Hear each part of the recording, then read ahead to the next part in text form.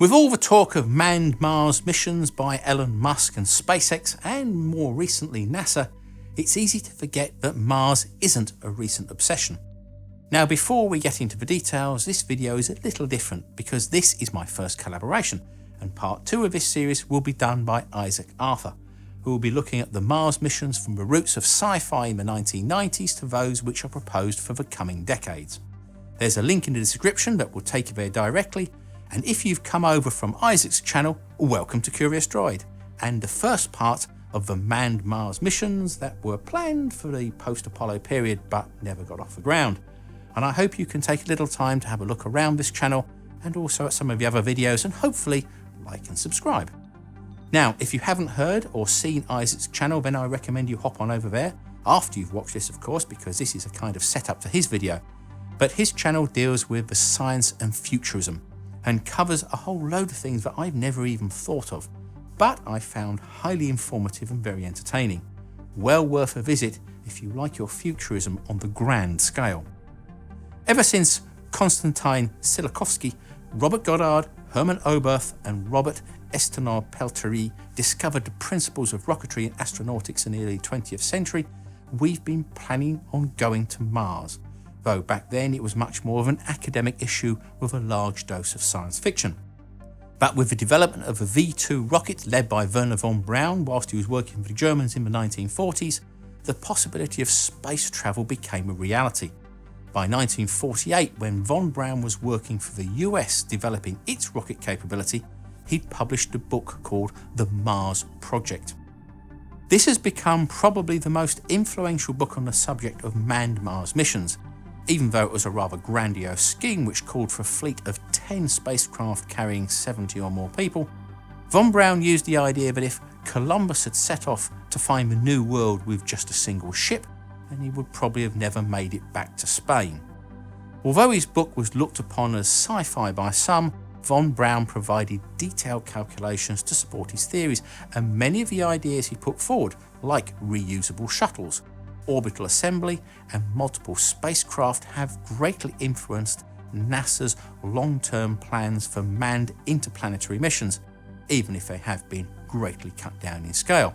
He also covered the main problems of getting men to Mars, such as the effect of weightlessness on the human body, radiation from the sun and cosmic rays, using spacesuits to move from one ship to another if one were to be disabled, and also the psychological effects of having people live in an enclosed space for long periods of time. Back in the 1950s and 60s, there was still the belief that if you're going to go and do a space mission, then you go big. Just like Apollo was a huge effort employing around 400,000 people, the Mars proposals from both the US and the Soviets were equally large, especially when national pride was at stake and the spin-off was a range of new advanced weapons.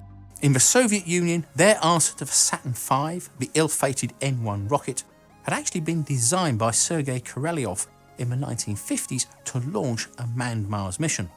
The first serious Mars planning done by the Soviets was headed by Mikhail Tikhonravov in 1956 and was known as the MPK, or the Martian Piloted Complex.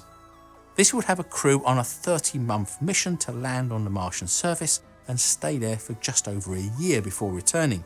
There were even plans for a nuclear-powered Mars train to be made up of 5 modules which would travel across the Martian surface.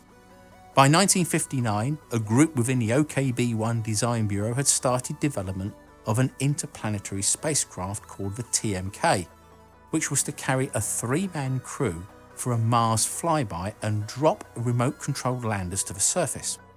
A launch date was penciled in for June 8, 1971, and returning to Earth just over 3 years later. To overcome the effects of weightlessness, it was proposed that the TMK would rotate about its axis to create a form of artificial gravity, a bit like the space station in the film 2001. However, because of its small diameter, the Coriolis forces created could have induced nausea, which would have been worse than the weightlessness itself. Radiation was still an unknown quantity, but with data from unmanned probes, it was thought that the cumulative radiation dose for a return mission to Mars would have been within safe levels, but that didn't account for solar flares. This was to be addressed by having a radiation shelter, which was a shielded tube in the centre of the craft with simplified instruments and controls. Even as far back as the 1950s, it was realised that chemical rockets were just on the verge of feasibility when trying to get a manned mission to Mars and back again, and that nuclear, on the other hand, would provide greater power with much lower mass, making for significantly shorter transit times and the secondary ability to generate electrical power once at Mars. In 1954, Ernst Stollinger, who was working on von Braun's team, became interested in electrical propulsion after reviewing a paper on the subject by Hermann J. Oberth. Stollinger believed that a spacecraft could be designed that would give greater thrust than a chemical rocket if it set off from orbit. The nuclear electric engine became the interplanetary propulsion system favoured by the Soviet chief designer Sergei Korolev, basically a nuclear reactor creating electricity to drive a plasma ion thruster. By 1962 in the US, NASA commissioned the Project Empire studies to look into the human exploration of Mars and what would be required.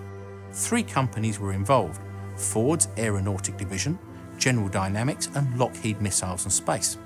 Ford suggested a dual flyby of both Venus and then onto Mars by launching and arriving relative to Mars at the midpoint of the interplanetary trajectory, a sort of planetary double whammy. They suggested using either the Saturn V, Nova or Supernova rockets to launch into orbit, and then the nuclear injection stage and chemical rocket manoeuvring. The whole mission would last around 21 months and cost $12.6 billion, around about $100 billion in today's money, plus the cost of launch vehicle development. General Dynamics suggested just a Mars mission with a crew of around about 8, and again using the Saturn V and Nerva nuclear engine option. They said that with nuclear engines and an optimal launch date of 1973 to 75, when Mars would be at its closest approach, the whole mission could be reduced to 400 to 450 days, including a 30 to 50 day stay in the Martian orbit, with a possible landing and sample return.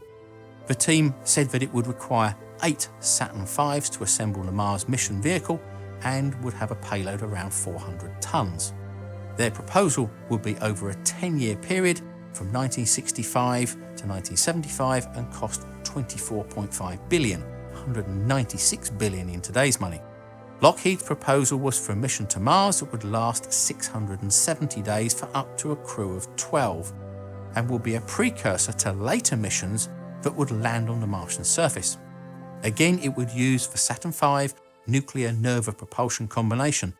But one interesting difference here was that the team suggested that a craft rotating at 3 revolutions per minute could generate 0.4 g of gravity during the interplanetary phase to help offset the effect of weightlessness, pretty much like the TMK in the Russian solution. Although none of the Empire missions moved beyond the initial design phase, it was the first time since the Mars project that detailed proposals were carried out and shared with the rest of the space community. This in time would convince many in NASA that manned missions to Mars were feasible. By 1969, von Braun had been refining his own ideas for Mars. His final plans had 2 ships, each with a 6-man crew, and would fly in a convoy, with the entire setup apart from the Mars lander being able to be reusable for future missions.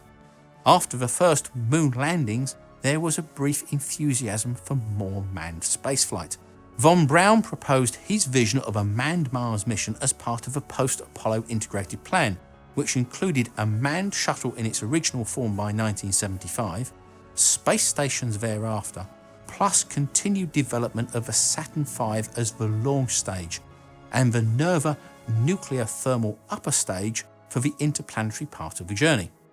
The beauty of this setup was that the proven space station modules would be used as the living quarters for the Mars missions. The Saturn V was by now a well-proven way to get the main parts into orbit, and the Nerva nuclear engine had been tested and was ready to be put into space. The only new hardware required would be the Mars lander. Testing was envisaged starting in 1978 with the first Mars mission in 1982.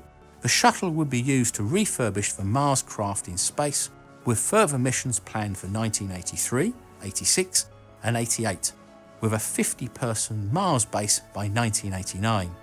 However, as we know, things didn't go according to plan. There was resistance from senior figures within NASA to manned missions beyond the Moon. By the early 1970s, the public's interest in space had waned. The war in Vietnam was like a political albatross around the neck of the US government and was costing a fortune. There was little public appetite for more hugely expensive space missions. Studies put the cost of a Mars mission at between 12 and 32 billion, or between 93 and 250 billion in today's money. Mars was seen as a dead and pretty uninteresting place, which was confirmed rather ironically by the Mariner 7 flyby the day after Von Braun's big 1969 Mars presentation to NASA.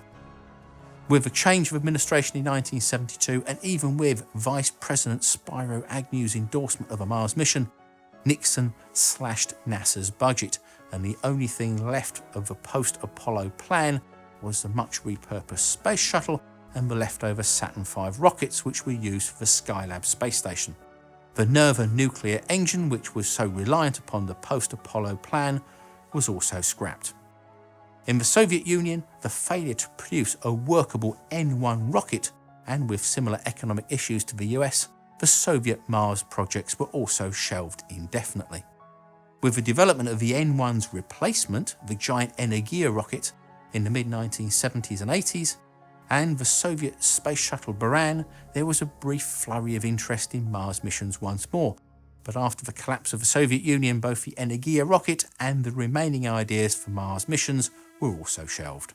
Although there were successful robotic missions to Mars in the following decades, interest in manned missions in the 1980s and 90s was limited to the die-hard planetary scientists and enthusiasts. Even sci-fi gave up on Mars during this time, as it slipped from much of the public's consciousness, and this is where our part 1 of the story ends, and we hand you over to Isaac's SFIA channel for part 2 of the series. However, we aren't quite done yet. The logistics of planning a mission as complex as sending men to Mars back in the day when most of the working out was done with a slide rule is truly amazing.